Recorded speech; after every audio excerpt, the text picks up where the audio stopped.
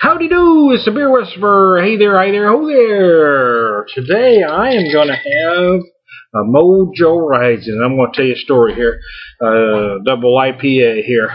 Let me give you the recap of our day though. Shay had a good visit today. Just 2 chemo medicines. It was rather quick. Only took us 2 hours today. We've had them take 6-8 hours at a time. So it was nice. And we were able to get some run around done. My little baby Bigfoot needed shoes, so we had to run around to find him some shoes. And now Dad's back and I can have a beer. Now I did some research looking up some of my past reviews, and I found that last year, and I was bummed that I couldn't find this one earlier in the year when I had some Hop Slam.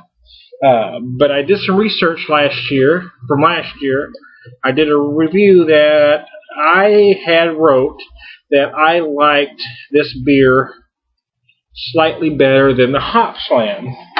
And the reasons that I gave at that time were because, now if you look at this, if you remember what the Hop Slam looked like, this is a little darker, more of an orange.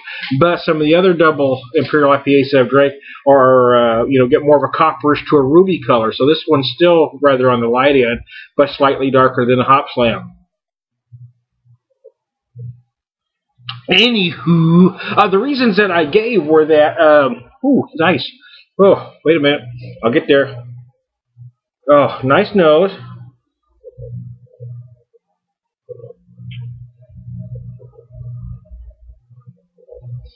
The reason, nice. Yeah, I'm getting there. The reasons that I gave were that I thought this had a bigger mouthfeel. The Hop Slam utilizes honey, which allows you to get that ABV up and keep your viscosity down, and that gives you that bigger gap between malt and hops, which many double Imperial IPA drinkers like when it's not quite as balanced. A lot of people like it closer to the balance. I remember thinking this one had a little bigger mouthfeel. Now, but I also said, to qualify that, I also said that the Hop Slam may feel more refreshing in early spring months, March, April, May, where the heartier ale like this may taste better, come September, October, November. Regardless. Oh my gosh, that is tasty. I'm going to read you what they say about it. I'm not going to read it all. I'm going to kind of, it says, in a moment of creative chaos, our brewers at Boulder Beer Company decided to take our Hopalicious Mojo IPA to the next level. The result is Mojo Risin, a souped-up extreme version of the one and only Mojo IPA. We added more than half a ton of extra malt and twice the amount of Amarillo hop. So this does have the Amarillo hop, which I'm a fan of. That gives you a huge citrusy, grapefruitish burst. Makes you pucker. In other words, it makes you pucker. Yes, it will. It'll make you pucker. Anyways, I digress. Amarillo hops. Where was I? So be prepared for a full century explosion. The double dry hop addition elevates the grapefruit-like aroma and flavor to an outrageous intensity. That's just what I said. Did I not just say that? While the added malt, I hadn't read this before, I just said what I did earlier, so I'm kind of glad that it's making sense. While the added malt raises the alcohol to 10% by volume.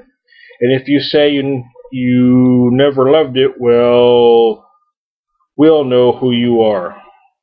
This limited edition brew of Mojo Double IPA is the 6th release in our glass series of specialty beers. Discover all, blah, blah, blah. Anyway, I'm up over 4 minutes. Again, I want to close this before 5. So,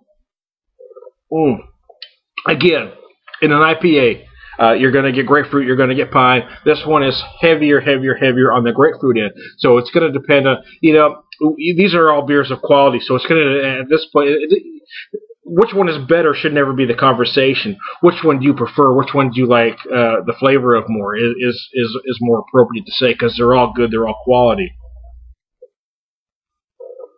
The Hop Slam's great. That Hey Topper I had the other night was brilliant. And now I hadn't revisited this one in over a year, so now that I have, I'm really enjoying it too. It does have a slightly bigger mouthfeel than the Hop Slam. And I'm going to let you go at 5 minutes. I love y'all.